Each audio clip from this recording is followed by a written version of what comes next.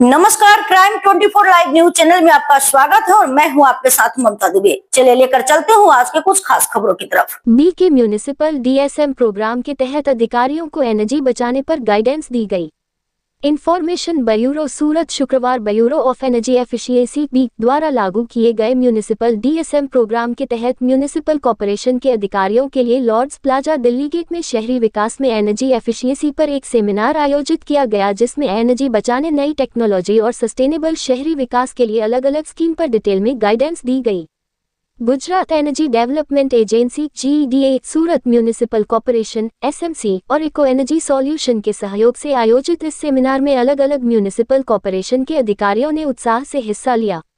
Technical session के दौरान GEDA के retired senior executive RN Pandya ने इंडियन नेट जीरो टारगेट और क्लाइमेट चेंज पंचामृत COP26 और मिशन लाइफ पर जानकारी देते हुए कहा कि एनर्जी एफिशिएंसी और पर्यावरण सुरक्षा आज समय की जरूरत है। भारत को नेट जीरो टारगेट की ओर बढ़ने के लिए एनर्जी बचाने और क्लीन एनर्जी सोर्स के इस्तेमाल को प्राथमिकता देना जरूरी है।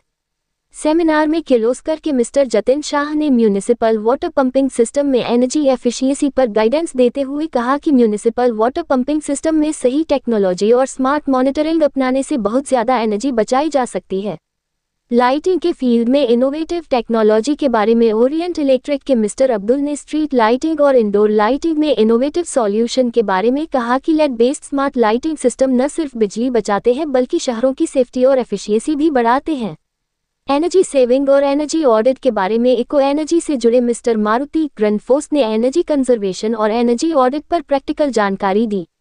दोपहर के टेक्निकल सेशन में डॉक्टर पारुल पटेल ने एनर्जी और water yoga dialogue human energy topic पर प्रेजेंटेशन दिया। EESL के मिस्टर सूरज कांत ने एस्को प्रोजेक्ट्स और इंडस्ट्रीज में एनर्जी एफिशिएंसी के बारे में बताया।